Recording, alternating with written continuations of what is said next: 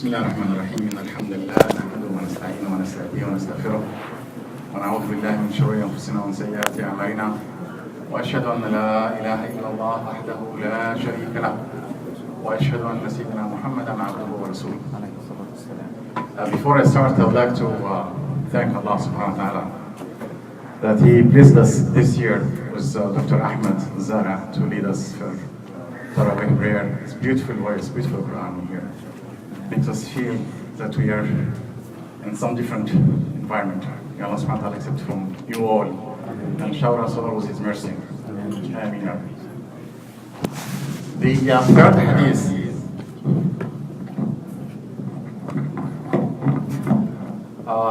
which I was asked to discuss it with you today is a beautiful hadith. Our brother Yusuf last night briefly went through because of the time limitation. The hadith was narrated by Abdullah bin Umar ibn al-Khattab, radiyallahu anhuma. He said, I heard the Prophet, peace be upon him, saying, بني الإسلام على خمس. Islam was built on 5. شهادة أن لا إله إلا الله وأن محمد رسول الله. Testifying that Allah is only one and that Muhammad is His messenger. إقام الصلاة, performing prayers. إيتاء الزكاة, offering charity. صوم Ramadan, fasting the month of Ramadan. And Hajj al-Bayt, and performing the pilgrimage trip to Mecca. When I was asked to look into this hadith, subhanAllah, I found that these 5 things, from this place I offered khutbah on each one of them separately. So the difficulty I had was how to contract or to shrink 2.5 hours into 10-15 minutes. But we will try inshallah. شهادة أن لا إله إلا الله وحده لا شريك له وأن محمدا عبده ورسوله. When you reflect on this one, wallahi we thank Allah subhanahu wa ta'ala that He made us Muslims. Because Islam is the only religion on the surface of earth today that worships Allah and Allah alone. No association of anything but Allah. La ilaha illallah. No father, no mother, no son, no Dalai Lama, no Buddhas, no cows in India, none of this. Nothing but Allah. Even if you look at the masjid, the way it's looking, just walls. No idols, no pictures, no statues, no idols, nothing. No music, no clapping, no singing. All these things are. I mean, if you reflect how was Jesus doing that, was singing and dancing and clapping, subhanAllah. But we are doing exactly the way, the most authentic way, which is the Prophet ﷺ taught us how to do it. It is a blessing of Allah. It's so pure, authentic religion that Allah subhanahu wa ta'ala bestowed upon us and preserved it for us. And this is a great, great blessing from Allah. We thank Allah for that. And when it comes to the word La ilaha illallah, it's so valuable to Allah. The Prophet, peace be upon him, told us that there was a conversation that took place between the Prophet, peace be upon him, Prophet Moses, peace be upon him, and Allah.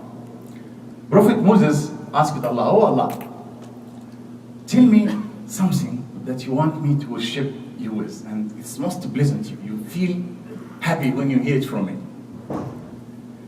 Allah told him back, just say La ilaha illallah. La ilaha illallah.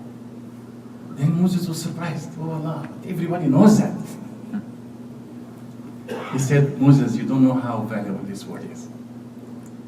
If all the 7 heavens and 7 earth and whatever is on them put on one side of a scale, and the word La ilaha illallah on the other side, it will overwhelm everything. La ilaha illallah. La ilaha illallah. And that's why the Prophet, peace be upon him, one time he was talking with his companions and said, جددوا إيمانكم, renew your faith. Oh Prophet Allah, how can we renew our faith? He said, أكثروا من قول لا إله إلا الله. Say as much as you can the word La ilaha illallah. La ilaha illallah is Zadul Mayyit. لقنوا موتاكم كلمة لا إله illallah. Make sure that your loved ones in the last moments of their lives to pronounce the word La ilaha illallah. فَإِنَّهَا زَادُ الْمَيِّتِ. It is his sustenance. He does not need anything else. The euros, the dollars, sterling is not going to help. This is the one that's going to help. إِنَّهَا زَادُ الْمَيِّتِ.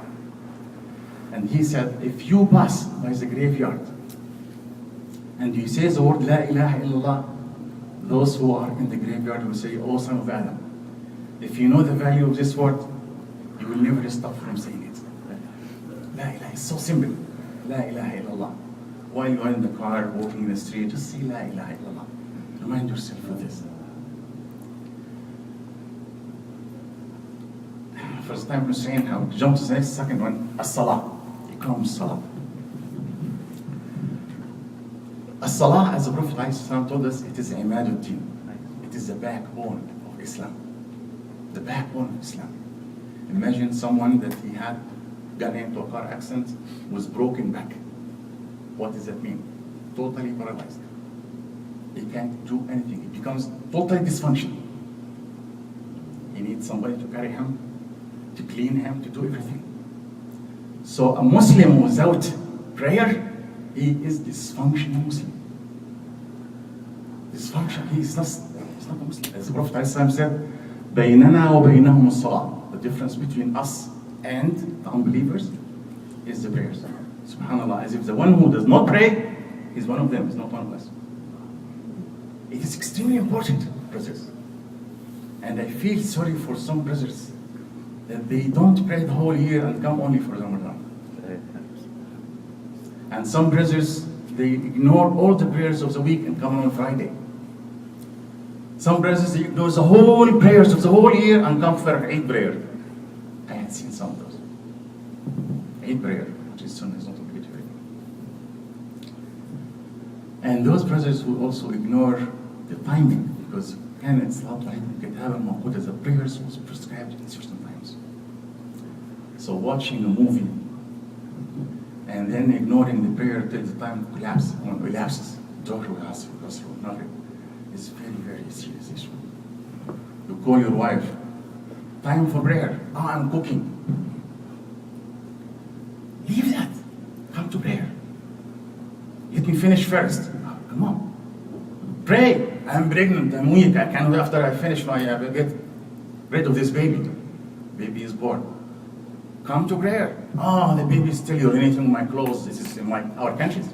But here, of course, there are diapers and so on. But back home, babies many times urinate on the wife. Oh, after the baby grows up a little bit. Babies before it grows up a little bit, she's pregnant again. So this is very serious. We have to get our wives and our daughters to really perform the prayers with us. And if you look at the prayer of the brothers, as I mentioned, Shahadat an la ilaha illallah, salah, zakah, fasting, and Hajj. The salah contains all the five at once. Shahada, we can say it only once in our lifetime, and whenever we say it, we are Muslims. Shahada an shahadu an la ilaha illallah wa anna Muhammad Rasulullah, I'm a Muslim. One time is enough to be a Muslim. Then zakah. Well, I am very poor. I can't afford making zakah. So this is dropped. Fasting. Well, I'm a sick person. I can't fast. So this is also dropped. Hajj. Well, I can't afford making Hajj. The only pillar that really shows that your commitment to Allah subhanahu wa ta'ala as a Muslim, as a believer, is prayer. There is no escape from prayer. If you are traveling, you have to do it. You get shorten Zohar and Asr and the Isha, yes, but you have to do it. Sick, you can't stand, sit down and pray. You can't sit down, do it while you are on bed. There is no escape from prayer, because this is the only commitment to Allah subhanahu wa ta'ala that you are truly a believer. And in prayer, also, as I said, it carries all the five. How? Because while we are doing prayers, we say, Ashhadu an la ilaha illallah wa anna Muhammad Rasulullah. Zakah. How come it is taking care of zakah? Yes, because as we all know, time is money. And we take part of our time to stand in front of Allah and do the prayers. It is zakah. Zakah is a form of time. Fasting. of course, during fasting, during the prayer.